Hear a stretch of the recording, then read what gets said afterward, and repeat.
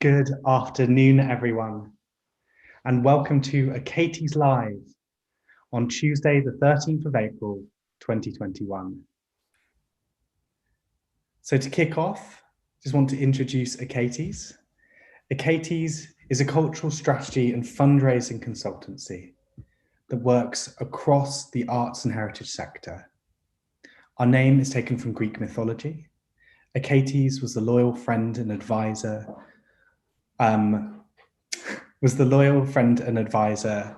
of Achilles, and we pretty much just think that describes very well the support that we offer the sector.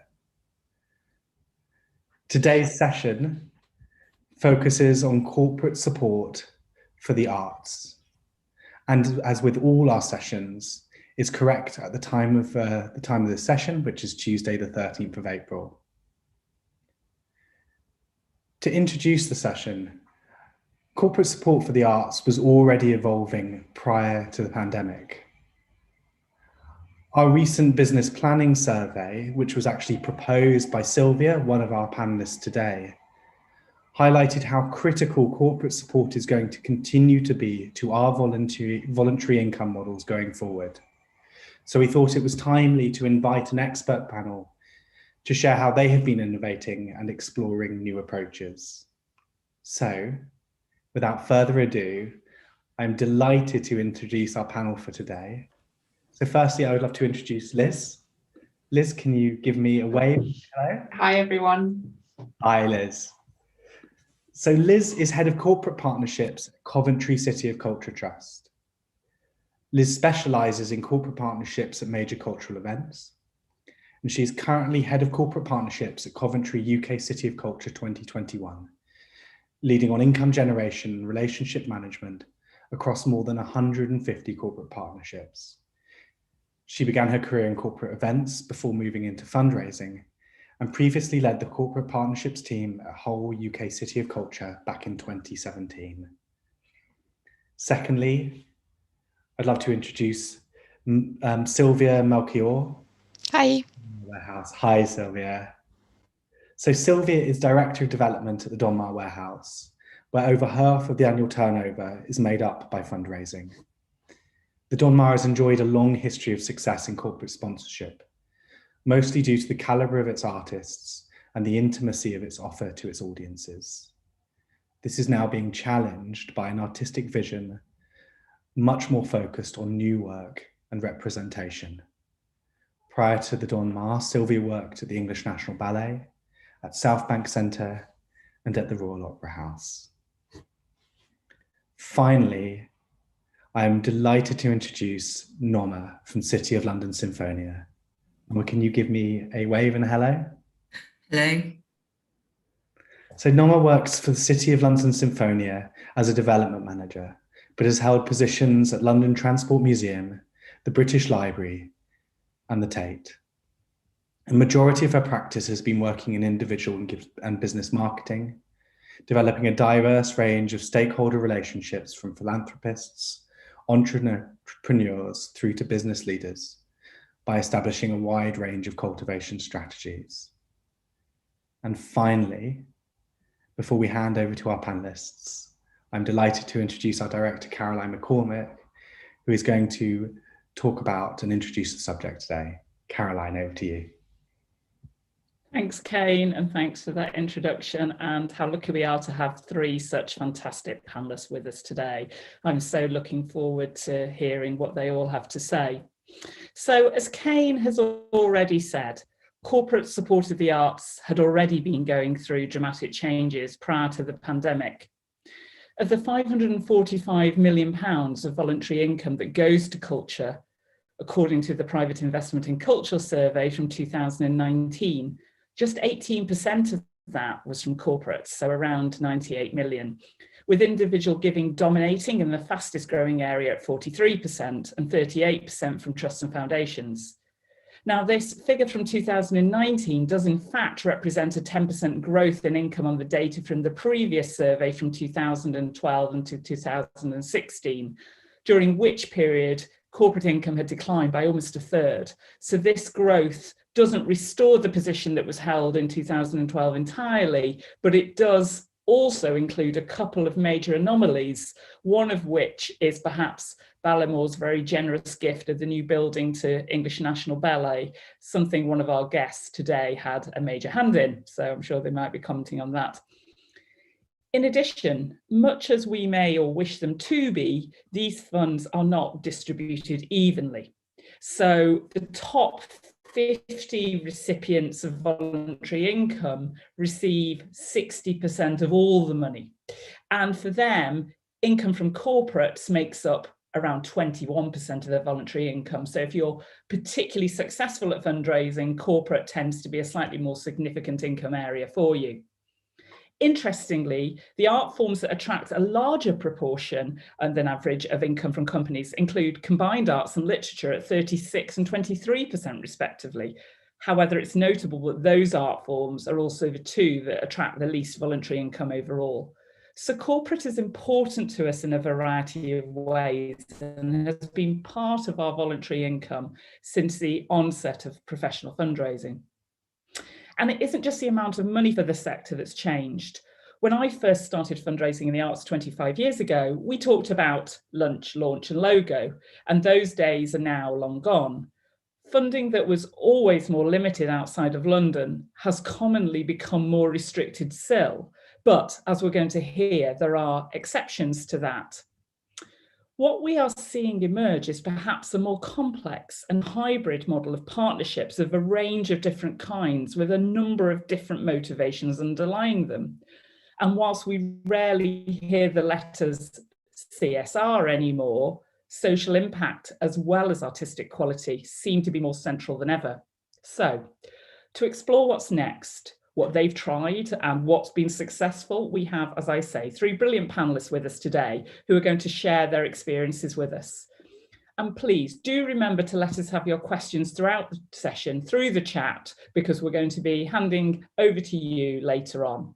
So I'm going to ask each of our three panelists in turn to reflect on the specific context of their organisation, how they're approaching corporate support at this time, and what their experience has been.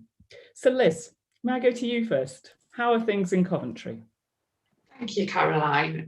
Things in Coventry are going really well, thank you. We're about a month out from the start of our festival, so we're right in the deep, dark bit of final planning. So just for those of you who might not be so familiar, just to set the context, Coventry 2021 is a year-long cultural festival. The UK City of Culture title goes to a different city every 4 years, and this year Coventry becomes the third city to hold the title. We were originally due to start in January, but the pandemic obviously didn't allow that to take place, so the start of our year has now moved to May 15th. So I joined the team in 2019.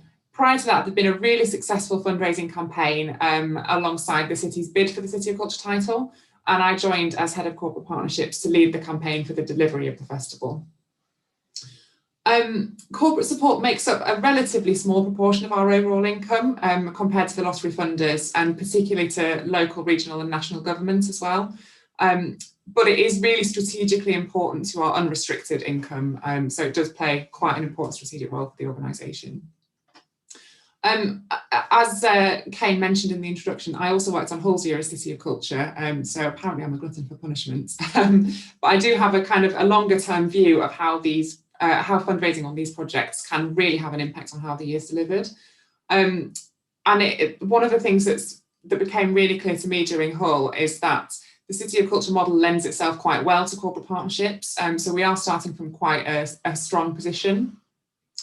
One aspect of this is that there is a lot of different activity under the banner of UK City of Culture. So we're fundraising primarily for a creative programme, which in itself covers a massive range of different art forms. But we're also fundraising for skills programmes, a major volunteering initiative, a capital build and a schools programme. So while the convening power at the kind of name recognition of UK City of Culture is often what gets us through the door, more often than not, we're able to tailor a really specific offer to a company based on their specific interests from the sort of breadth of what we have on offer. A second strength that we have is the fact that it's a one-off for the city and it's quite time limited. So we can position it as a real once in a lifetime opportunity for companies to get involved. But on the flip side of this, it's also quite a bit longer than your typical festival. So although it's once in a lifetime, companies have a whole year to really get all the benefit that they can from the partnership. And finally, we have a lot of public goodwill. City of Culture is a big opportunity for Coventry, and people really want to see their city succeed. So for us, this translates into a lot of success and a really high proportion of companies within our partnerships programme who have a strong link to Coventry itself. So either they were founded here, they're still headquartered here, a lot of their staff are based here, that kind of thing. And we see that we're much less successful with big national brands who don't have that sort of emotional link, as it were, to Coventry. And this has translated to one of the biggest successes of our fundraising programme, which is something that I can't take any credit for, as it was established by my predecessor. So we have a group called the 2021 Club, which, as I say, really capitalises on that local goodwill. So it was set up while we were bidding for the title, and smaller companies based in Coventry could pledge a relatively small amount of money towards the bid. And if we won the title, the deal was that they would continue to pay an annual membership until 2021. We initially set out to get 50 companies in this group and ended up with 150 who between them contribute in total over that 5 years about £1.5 million. So they're a really successful and quite important group for us. And the two reasons why I think this has been so successful in our context has been about harnessing that local enthusiasm and support for the city. So the sale is not about asking them to support an arts festival, which many of them have never done before. It's about asking them to support their city to succeed. And secondly, it was about setting a relatively low initial threshold for companies to buy in. And then once that they're on board, we can really focus on developing a very strong relationship with them and sort of keep them on the journey with us throughout this. Obviously, the flip side to this approach of having more partners at a lower level is that we have a very large amount of accounts to manage, but that's a separate concern. And then I suppose I'll end with maybe one of the key challenges for us, which has been keeping people on the journey with us, especially when COVID has changed what the end product is going to look like. So some of our partners joined us right back in 2015 when we were first thinking about bidding for the title. So they've been with us for 6 years, and here we are still not having delivered the festival that they're really looking forward to. So for us, it's really been about communication during that period, making sure that, especially because the festival has changed quite a lot in how, it will look very different now to what we thought it would in 2015 because of COVID. So it's been about communicating all of that with partners, probably giving them more information than they actually need so that they feel like they are on the journey with us. They've got a bit of a behind the scenes sort of sneak peek what's going on with the festival, and just so that they feel reassured and supported, that their support is making an impact on our work. I'll end there because I know we've got more questions to come, but hopefully that gives a bit of an introduction to what we're doing in Coventry.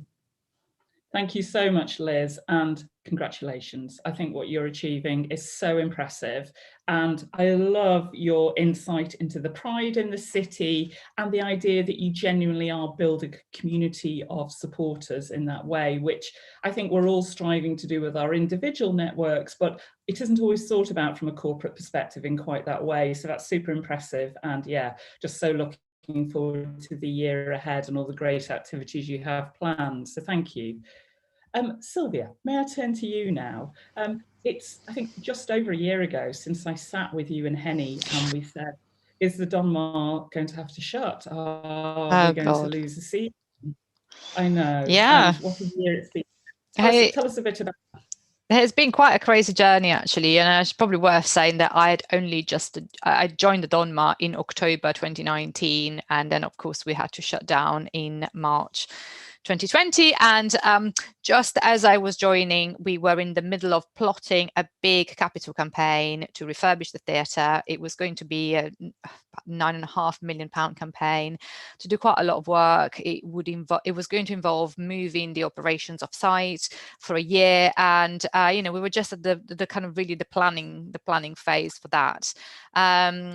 For people who've never been to the Donmar, I should probably say it's a producing theatre in Covent Garden. It's got only about 250 seats, so a very intimate experience, and it's been around for nearly 30 years, and very much its success has been built on doing these fabulous productions with really sort of high caliber artists that everybody's heard about, and so demand for tickets is through the roof, and it's very easy to, I guess, sell tickets. But because of that, we never had to do much marketing, we never had to do much digital capture or anything like that. So when the pandemic hit and we had to shut our doors, we had nothing that we could engage our supporters with. And as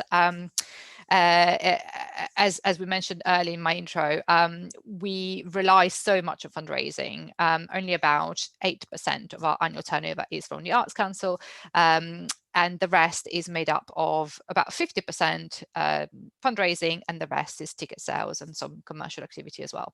So obviously when we shut the doors, we had to think about how we were going to keep everything running with no ticket income, and so really everything was on fundraising. And as well as that, we were supposed to also find all of this money for the capital project. So we sort of put on hold the capital project slightly, decided to rescale it. It became a much smaller project to address some essential works, and we really just focused on keeping the money coming in to keep the organization afloat. Now, of our fundraising income, about half of it used to come from corporate. It's been kind of going down slightly over the years, and again, it relied very much on our ability to really entertain and wow people, because you'd be in an auditorium that essentially has 4 rows. So you are, the stage is in front of you, you've got, Jude Law there, his sweat coming at you, and it's great if you're trying to impress a client. So for corporate support, it's always been great, and of course having your name associated with various productions, brilliant. So quite an easy sale for a number of years. But then increasingly, I think, as we tried to really diversify the program and try to be a little bit less reliant on the kind of star factor and more about social issues, and trying to be a little bit more, sorry, my computer's moving around, just trying to mirror what was going on in society a little bit more. I think what we found is that we were just at the beginning of a journey with a new artistic director to try and find the right corporate partners who would really believe in that vision and who were aligning themselves with what we wanted to do. And I think we did very well at keeping the existing supporters on board as well, our existing partners. But again, it's something that the pandemic really sort of threw in the air, because suddenly we were not able to entertain anyone anymore. So what we did to I guess keep the money coming in, because it was so essential for us to just exist, was to really think about what we could offer during this time that was, I guess, specific to the Donma. So we knew we had a great network of brilliant artists, brilliant creatives, and people who worked in the arts. And so we started to organize a series of Zoom events, whether it was with famous actors or whether it was with some of the creative teams, readings, and we made sure to keep regularly in touch with all of our corporate supporters, and whether it was something that we could organize bespoke for them, for their clients, or maybe for their staff who were at home and felt a little bit miserable. We had so much that we could offer using our resources, and we also wanted to try and, I guess, keep as much as possible freelancers employed as well. So if we were able to organize, say, a Zoom evening where we'd employ a writer, a director, a couple of actors, and stage something for a corporate client, great. So this was very successful. There was a period during, I think it was August last year, where theatres were able to reopen, and so we were the first London theatre to reopen with our sound installation of Blindness, and we did invite, of course, all of our corporate supporters in. Very few came, interestingly, because I guess they were still very nervous and they didn't want to send any clients if it was still not quite sort of COVID secure to do so. So we found that all of the Zoom activity that we organized worked much better. And it was very much a matter of every week being in touch with our corporate supporters and figure out what would work best for them. Also, all of the activity that we did that was new. So we did a virtual play that was directed completely via Zoom, and quite a lot of work with the local community. We were able to credit our corporate supporters for, which I think was very much appreciated as well. And obviously we as we shared everything that we produced digitally for free, the reach that our corporate sponsors got was much bigger than they would have got with just the theatre performances, because I guess, at the Donma, as I said, you can only really fit 250 people per performance, and suddenly we had massive reach digitally, which is great. I think also the other thing to say is that some of our corporate supporters could no longer support because they suffered dramatically. We had an airline who was a key sponsor, and of course they just they really struggled with the pandemic. But what we decided to do is to kind of think about long term, keep them involved anyway, deliver as much as we could, and in the hope that when things are up and running again, they'll come back and support us once again. And now, as we move out of lockdown, I think interestingly, quite a lot of larger corporations have got their own roadmap, so they don't necessarily do what the government is advising. They've got their own structure internally that they adhere to, and so I think what we've been doing is working with them again individually to think about, normally, for example, we would have a big evening with 150 of their clients or staff, and they don't want to do that, even if it's in July when technically we're all going to be, back to normal. And so we're working with them and thinking about, could we do smaller things for fewer people, but more often perhaps, and we're just trying to, I guess, if they have been supporting us the whole time, give back as much as we can to let them know how grateful we are for their continued support. So really, I think it's just a journey of working with them individually. And as we do that, we are really getting to know each other as well. So that's been super, super helpful. Some of these corporations have got activation budgets that they've not really been able to use as much during the pandemic. And we have been able to get additional support for specific projects because that money was available. And again, it's been very interesting to see the kind of stuff that they were interested in supporting that we can carry on and do more of as we move out of lockdown. So I think the future looks like a bit of a hybrid, I think, between more digital stuff. For us, certainly it's been quite a learning curve, and as we start doing things live again, going back to that idea of entertaining, but maybe in a more flexible way that really works for the clients. And I think as we had started already pre-lockdown, we had started to work a lot more with the local community. We really wanted to start building a network of local businesses that we could work with to really create something that would put the Donma at the center of the local community as well as just the international theatre scene. And I think that's something that we absolutely want to continue. We were able to work and do some exciting projects because we had that funding coming in still from those corporates. So that's something that we definitely want to do more again, and hopefully we can start cultivating again, which is something that had to stop during the pandemic. We've not really had any new business, but we've done all right to keeping existing supporters going in. Thank you, Sylvia. That's such a great insight into the incredible amount of work you've clearly been doing. I have to say that for me, the fact that Henny, Mike, yourself had such a clear idea of where you wanted to take the Donma, to see the twin examples of productions for me of Blindness and Assembly, and that idea of bringing the work with the engagement communities and the work on the main stage into that harmony has been really exciting to see that continue, although it's been in a very different way than perhaps you imagined. And equally, I think just great to hear about that, more things for a smaller number of people with the corporates and thinking about those activation budgets. And I know that these are points that are very close to Norma's heart, because over at CLS, where I've been fortunate to work with the team for a few years, they have this incredible program of high quality classical music, but absolutely alongside that, a 20-year history of work with groups with a variety of mental health needs and well-being as part of their priorities. So Norma, could I pass to you and ask you to tell us a bit about the experience over at CLS? Sure. So as you've mentioned, we are a chamber orchestra of 40 professional musicians. We play at Opera Holland Park, South Bank and Suffolk Cathedral, but we also have wellbeing and education projects that have been running for over 30 years. What we're doing at the moment is we've recently published our way ahead strategy for the next 5 years, and our vision is very much focused on our musicians playing an integral part of the community, meeting people across all aspects of society and reflecting the communities that we're active in. Within our participation projects, we have both in-person sessions as well as digital, particularly during the time of COVID, which has made it easier for our musicians to kind of reach those targeted groups in isolation. And we very much involve our participants in the process of creating and making music, as well as mindful sessions. So we do play a leadership role in healthcare settings, which include hospitals, care homes, hospices. And we've also very much had great success within working with young people living with mental health and psychiatric conditions.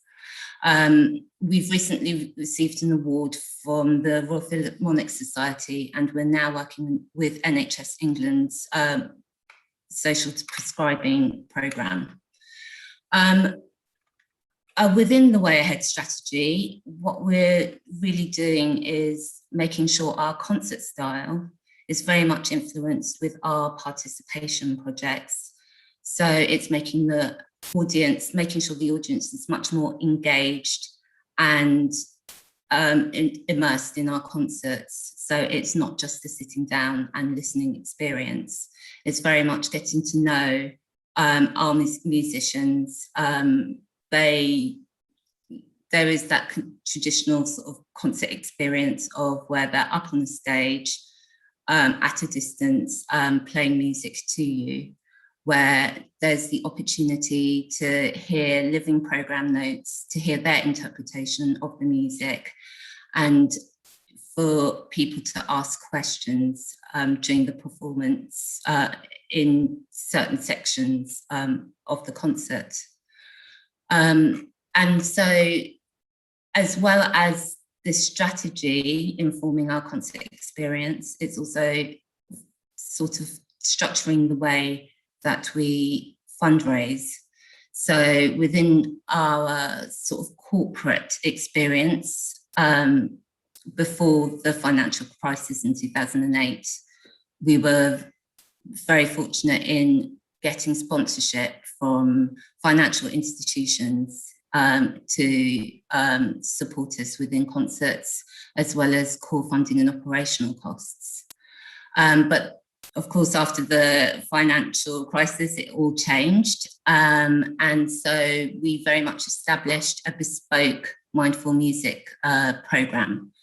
And it's very much formed of meditative concerts, focusing on mindfulness, yoga, and the Alexander technique. We have worked with corporate partners such as M&G PLC, Liberty London. They closed down before the shop opened, we were able to do a yoga session in their store, as well as working with Soho House and the Bonswick Group. With mindful music, it's very much a commercial offer. So a lot of the corporate partners haven't really engaged within the charitable aspect of the work that we do. So we have been fortunate to sort of sustain a relationship with one of our corporate partners, and they've been good about sponsoring our work with school children, early years, and as well as hospices and our concerts. And establishing that relationship, we've been cultivating them with us being involved with their employee engagement programs, as well as thinking about providing musicians for the remembrance service, as well as thinking about during the pandemic of keeping them engaged and involved through the resources that we had to hand. We were fortunate to play concerts in September and September, October, November. So we were able to actually film those concerts and put them out on our website. And it's just directing people so that there's that something of interest and engagement and to learn more about our organisation. And with that relationship, it's sort of led us to really look at the corporate landscape, even though it might be a bit shaky during businesses are struggling during the COVID period. But there are areas of growth within things like the legal sector, supermarkets, health, and digital. So what we are going to do is have a more flexible corporate offer, very much involve our strategy in talking about CLS as a whole of all our projects, and really looking at corporates that sort of have the same values that we share.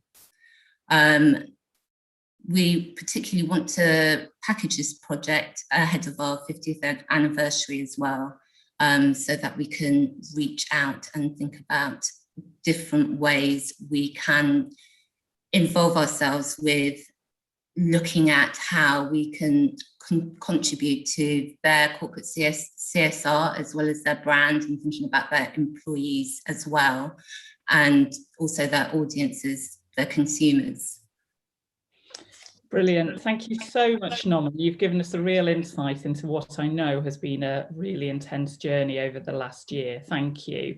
And I think what's so fascinating is, as a mid-scale organisation, how you've really looked at your assets and really made them work for you. I was so impressed that you were able to stage some concerts in the autumn and in the short period where these events are able to take place, because the extent and the depth of your knowledge in terms of working with wellbeing audiences was something you could use and apply to make those concerts work in a way that made people feel safe, and they were really impressive. So thank you.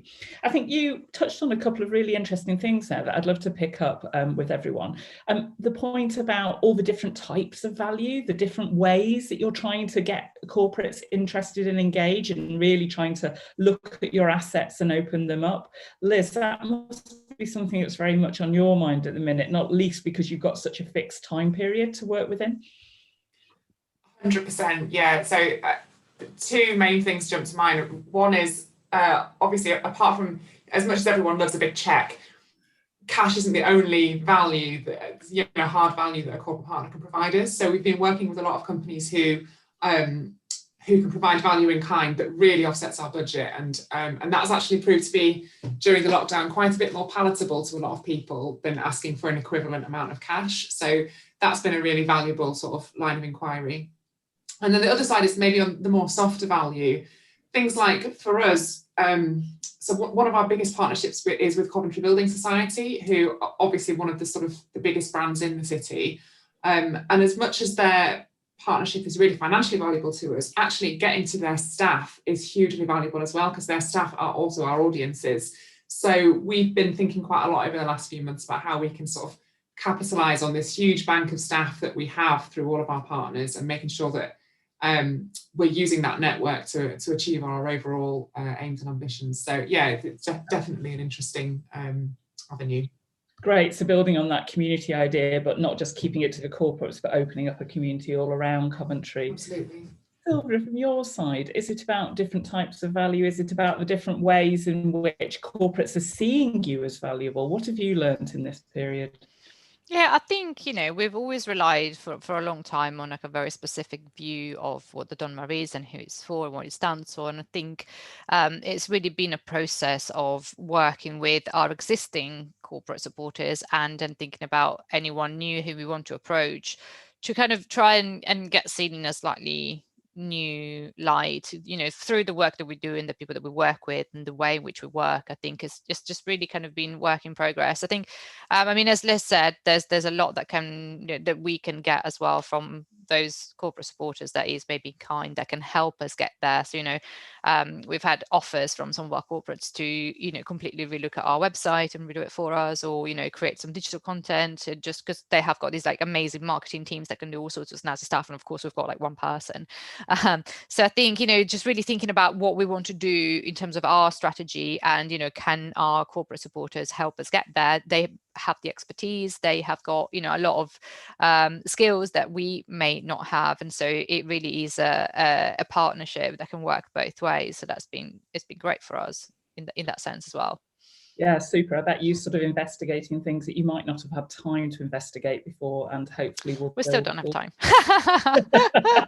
Absolutely. Yeah. Norma, does that resonate with you? Because I know you've done some really super things. You mentioned Liberty, talked about the partnership you had with Soho House, and you'd also done some work with Petersham Nurseries as well.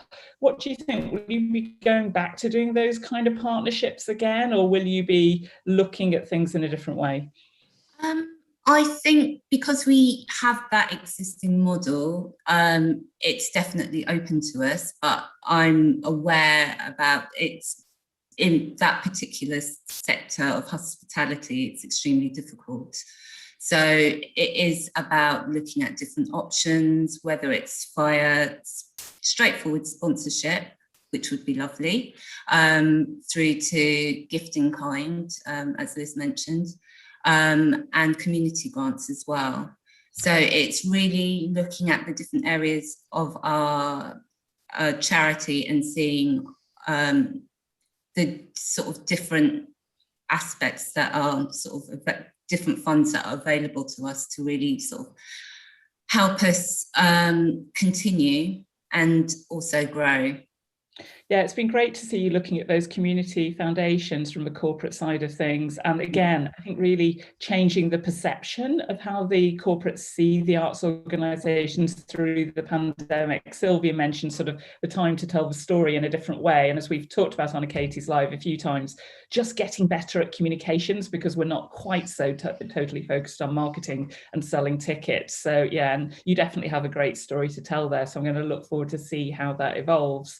Liz, coming back to you, obviously, as you've rightly pointed out, you've got a pretty unique opportunity in terms of the City of Culture, which is fantastic. I'd love to hear a tiny bit about some of the legacy that you're hoping for from those companies in Coventry. And also, just following on from that, have you got any advice for smaller organisations, particularly outside of London? Yes, I mean, the legacy question is the big one. And I don't think any of these sort of major city scale projects have ever quite cracked that. But to speak to legacy specifically around fundraising,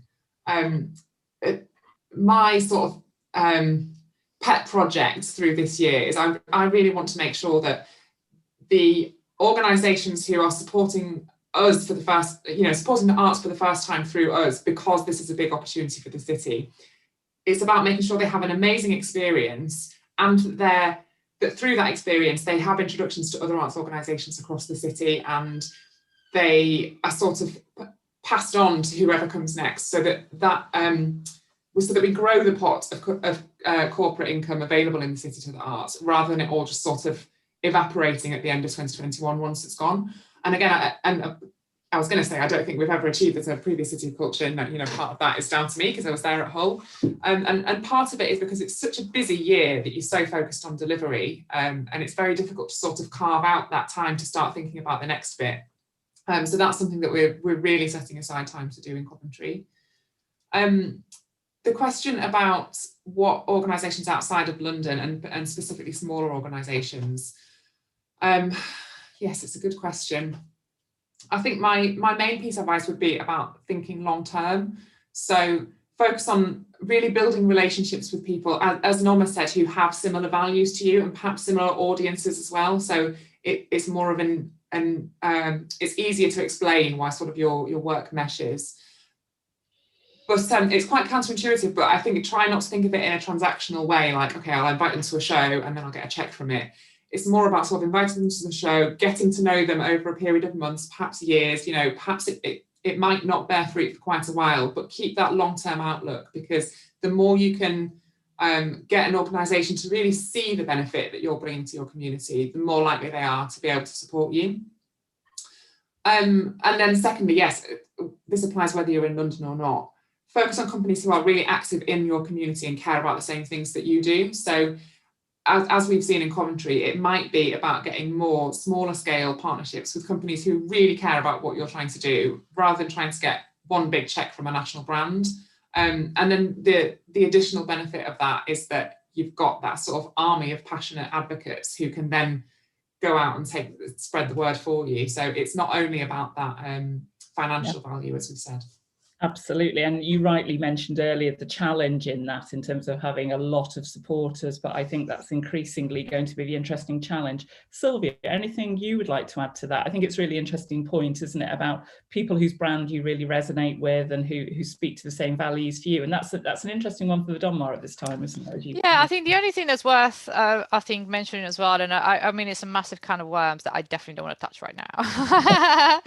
But that I don't know if it's an effect of the pandemic or whether it's just a generational thing, but there is certainly a lot more focus on who you're partnering with, and the question of ethical fundraising and where the money is coming from. And actually it's not so much from the audiences I'm finding, but very much from the creatives that you work with. So whether it's the actors, the writers, they are all kind of asking, okay, well, I'm very happy to work on this project, but who's it sponsored by, and who are these people, and what do they do, where is their money from? And so I think that is, I guess there's two sides of it. One is you as an organization that does a certain type of work, you've got the opportunity to maybe, as one of your partners is major bank that supports X activity over there, you've got access to their senior stakeholders, and you want to put them in front of this work that might challenge in the best case. And in the worst case, does it throw the whole relationship into a bit of a and so I think there's a lot of thought around that, not just because of it's nice to be aligned with the company that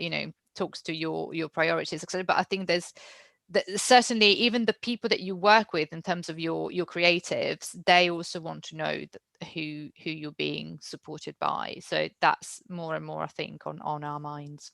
I think that's such a great point. And for those of us like myself who've got an experience in the literature sector, it's something we've seen with a number of prizes over recent years, where writers haven't wanted to be associated with certain types of companies that may not have been the most obvious in terms of ethical policies, but just thinking about their wider term effects.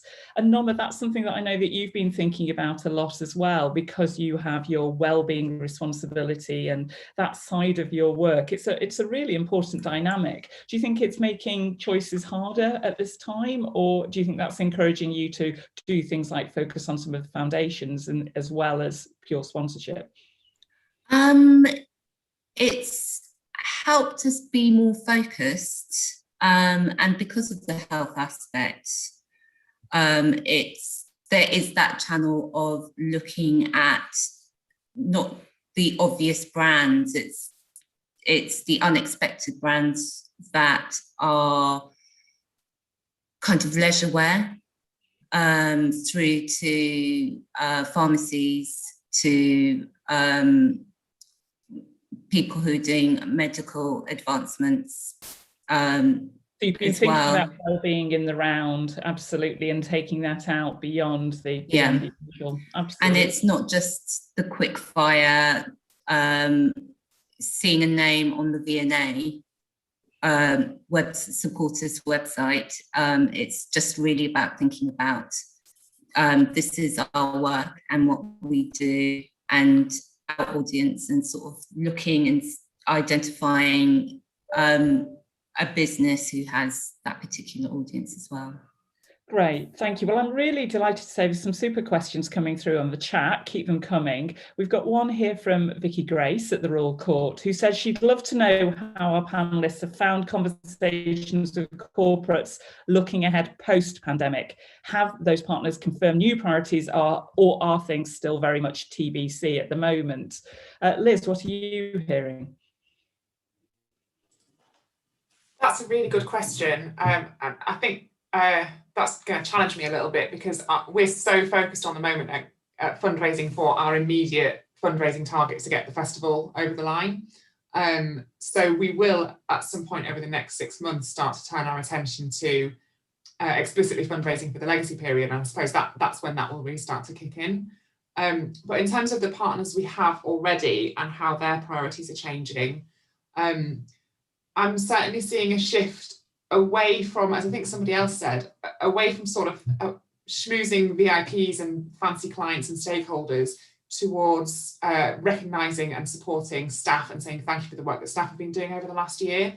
So as we build our hospitality programme for the next year, we're really looking at how we switch it from the normal sort of champagne and canapes thing to something that's perhaps more family oriented, is more able to be experienced in groups. So that's playing quite a big part in our planning at the moment.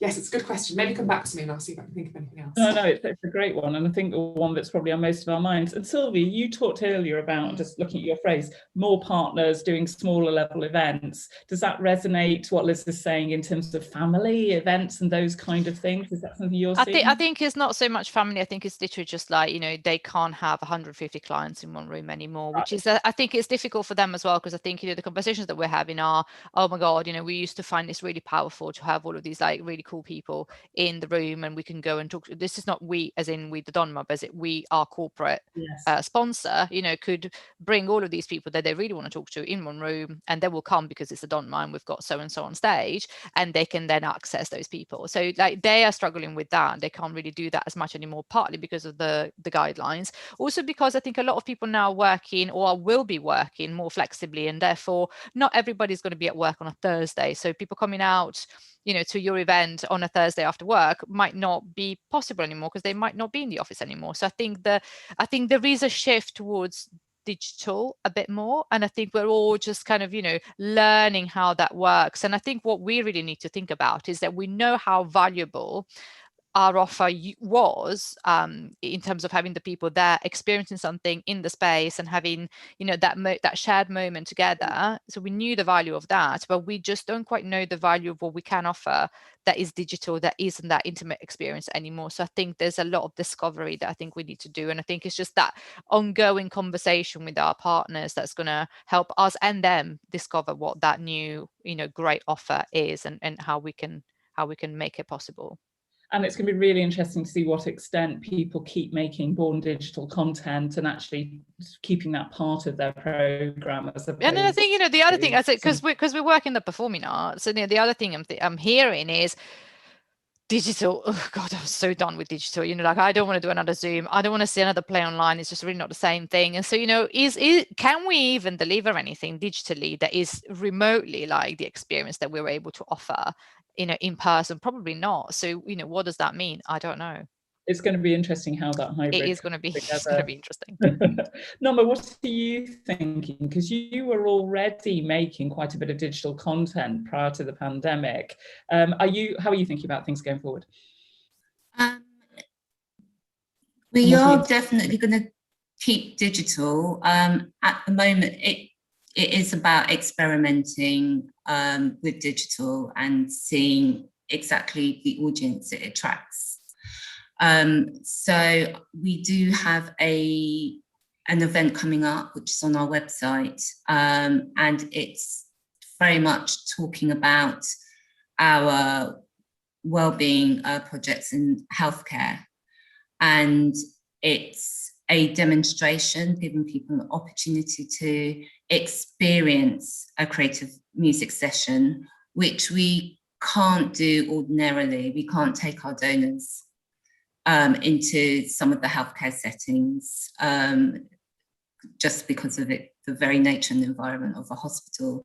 So it's an opportunity to show donors, to show our corporates and our trusts exactly the work that we have been doing in these hospitals. It's kind of breaking down the fourth wall of our work.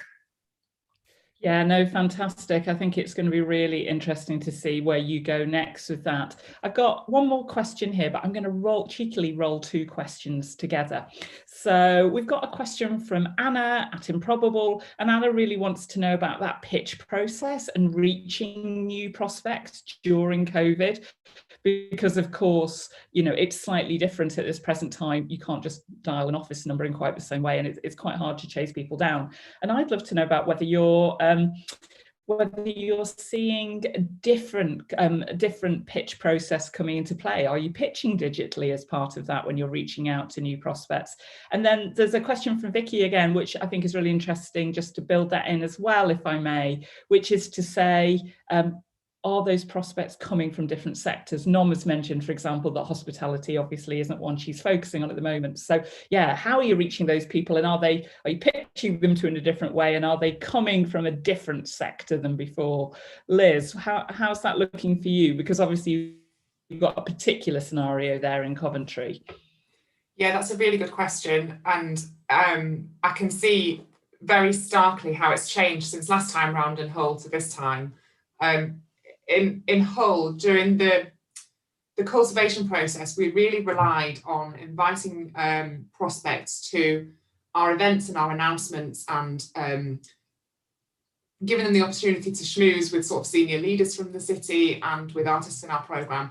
And we relied on that to demonstrate to them the scale and the sort of impact of what we were planning to do. That is impossible to do over Zoom. You just can't do it. And that also provided us with quite a lot of new prospects as well, because people would invite their friends and their own networks to those events, and it would sort of organically grow our network of prospects. And again, that's gone. So it's been really different this time. So we've had to work a lot harder to get our new prospects.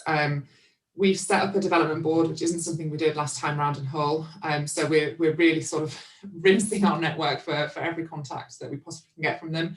And we're relying a lot more on, those sort of individual introductions from people who already believe in our work, and sort of relying on their personal connections with new prospects, rather than being able to wow them with the sort of the depth of what we're doing. And whether the prospects are coming from different sectors, our sector is just people with an interest in Coventry, or it was people with an interest in Hull. So I haven't really noticed much of a change there.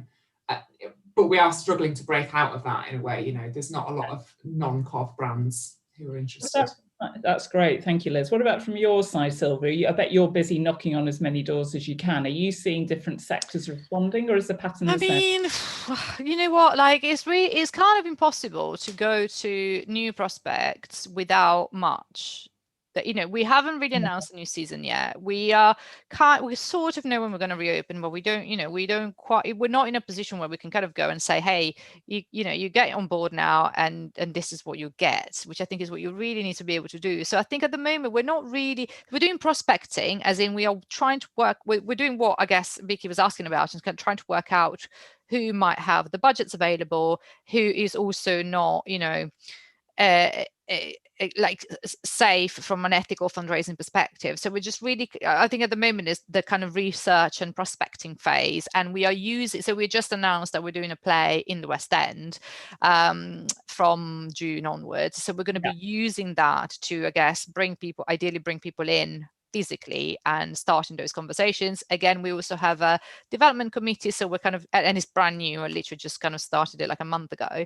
So we're just really building prospect lists at the moment, with a cultivation plan that starts kind of, in like a month's time in terms of activity, and carries on through to sort of September, so that by the time that we announce a new season, we have got people in the room that we can say, hey, this is the plan, and there'll be a beautifully refurbished Donma with toilets and stuff.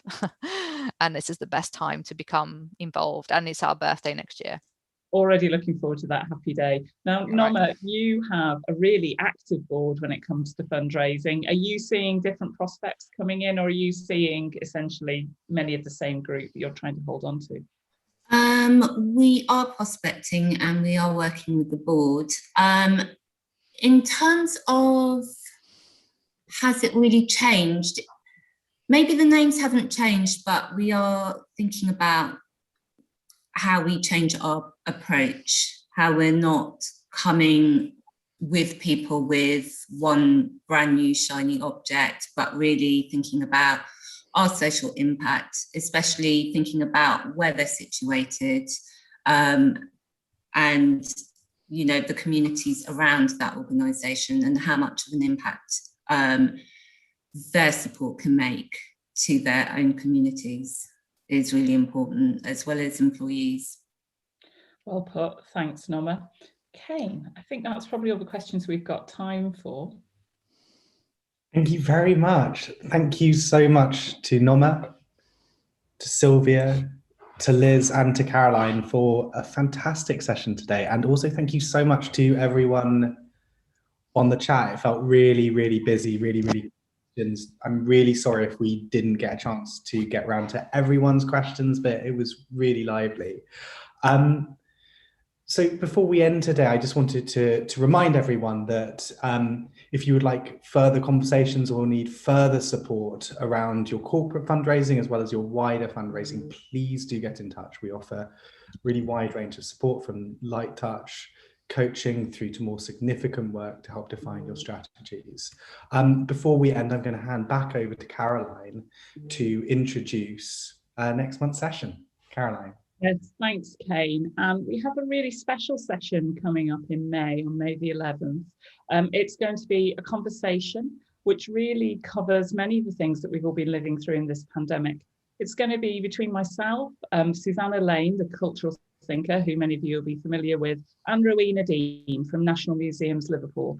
And it's going to be called Equality, You Are Not Alone. And it's really going to be exploring the Cyril Report, Black Lives Matter, the death of, and the implications for women, particularly thinking about women working in fundraising, and really thinking about how all these challenges are ones that we can come together as a community and address together. So do join us for that. We'll be mailing about it very soon. It's going to be a very special session.